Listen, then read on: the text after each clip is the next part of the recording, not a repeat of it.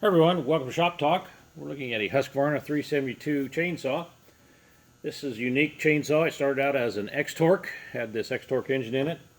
A lot of guys prefer the XPW engine in it, and I changed that out for Josh, and I'll let you listen to it, Josh.